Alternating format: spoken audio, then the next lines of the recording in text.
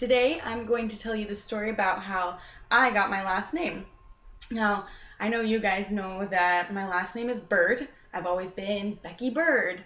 But last summer, when I was visiting my great-grandmother in Eastern Washington, she brought out her scrapbook and she was so excited to show me just things I'd never seen before, photos of the family, newspaper clippings, everything that she's compiled over the past, 70, 80 years. She just turned 99 this summer, so that's really exciting.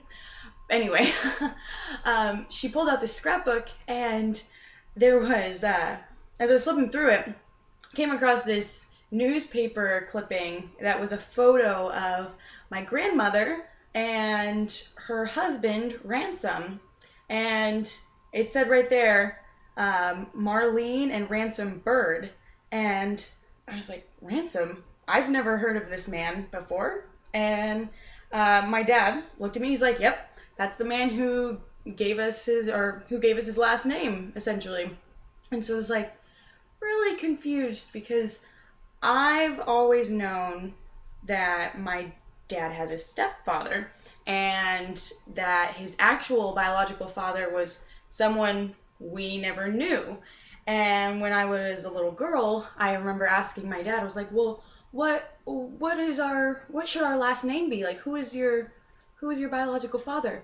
And he told me the last name was Millwood. And we didn't talk any more about it. I could tell that no one really wanted to open up about where our heritage came from. And I was looking at this photo and I was like, Ransom Bird, who is that? And apparently it was my grandmother's first husband.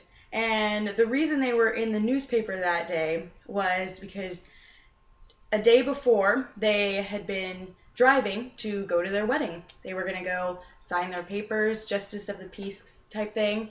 And as they're going, it's December in central Washington and there's snow everywhere. The road is covered with ice. They're driving in this 1950s model car and right off the road they go into a ditch. And my grandmother in this photo had a big bandage right over her forehead and her eyebrow and just had a big gash over her eye. And the photo was of them getting married in, I can't remember if it was in the hospital or in the police station, but they just got married still wherever they were after they'd been all patched up and ready to go. And I just thought that was the cutest thing ever, that they would still get married. But there was still this lingering question of, who is this man and how is he related to me?